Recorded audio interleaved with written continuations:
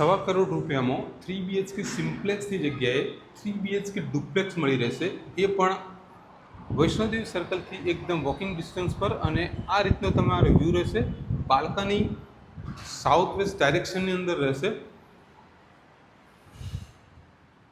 આ છે તમારું કિચન, જે એલ શેપની અંદર મળશે. આ છે ફર્સ્ટ બેડરૂમ, જેનું વોશરૂમ તમને અહીંયા મળી રહેશે. બાલ્કનીમાંથી પણ બહુ સારો વ્યૂ છે.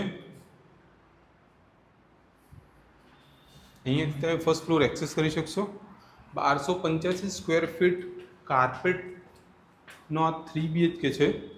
Ready to move project with 100% check.